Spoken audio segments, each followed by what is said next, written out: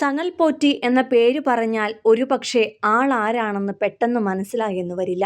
എന്നാൽ രാവിലെ TV തുറന്ന് വാർത്താ ചാനലുകൾ കണ്ടിരുന്നവർക്ക് ഈ മുഖം അത്ര പെട്ടെന്നൊന്നും മറക്കാനാകില്ല. അതിവേഗം പ്രേക്ഷക മനസ്സുകളിൽ ഇടം നേടുവാൻ കഴിഞ്ഞ അവതാരകനായിരുന്നു അദ്ദേഹം. 55 വയസ്സ് മാത്രം പ്രായമുണ്ടായിരുന്ന അദ്ദേഹത്തിന്റെ മരണവാർത്തയാണ് മണിക്കൂറുകൾക്ക് മുമ്പ് അദ്ദേഹത്തിന്റെ പ്രിയപ്പെട്ടവർക്കും സുഹൃത്തുക്കൾക്കും ആരാധകർക്കും മുന്നിലേക്ക് എത്തിയത്. വൃക്കരോഗത്തെ തുടർന്ന് ചികിത്സയിലിരിക്കെയാണ് അദ്ദേഹത്തിന്റെ അന്ത്യം സംഭവിച്ചത്. കൊച്ചിയിലെ മഞ്ഞുമൽ സെന്റ് ജോസഫ് ആശുപത്രിയിൽ സൂക്ഷിച്ചിരിക്കുകയാണ് മൃതദേഹം ഇപ്പോൾ. നിരവധി ചാനലുകളിൽ അവതാരകനായും പ്രൊഡ്യൂസറായുമെല്ലാം പ്രവർത്തിച്ചിട്ടുള്ള സനൽ കളമശ്ശേരി SCMS കോളേജിൽ പബ്ലിക് റിലേഷൻസ് മാനേജറായി പ്രവർത്തിച്ചു വരുന്നതിനിടെയാണ് മരണം സംഭവിച്ചത്.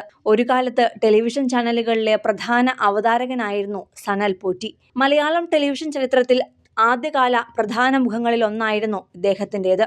അപ്രതീക്ഷിതമായാണ് അദ്ദേഹത്തെ വൃക്കരോഗം ബാധിക്കുന്നത്. തുടർന്ന് അദ്ദേഹം ചികിത്സയിലായിരുന്നു.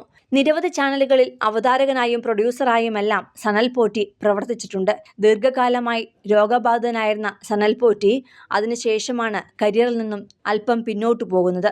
2 വൃക്കകളുടെയും പ്രവർത്തനം 2 വർഷം മുമ്പ് നിലച്ചിരുന്നു. 2018 പക്ഷാഘാത ബാധിതനായിരുന്നു അദ്ദേഹം. 3 വർഷം മുൻപാണ് വൃക്കരോഗം സ്ഥിരീകരിച്ചത്. തുടർന്ന് ഏറെക്കാലമായി ചികിത്സയിലായിരുന്നു. കഴിഞ്ഞ 2 ആഴ്ചക്കിടെ ആരോഗ്യാവസ്ഥ മോശമാവുകയും ഇന്ന് പുലർച്ചെയോടെ മരണം സംഭവിക്കുകയുമായിരുന്നു.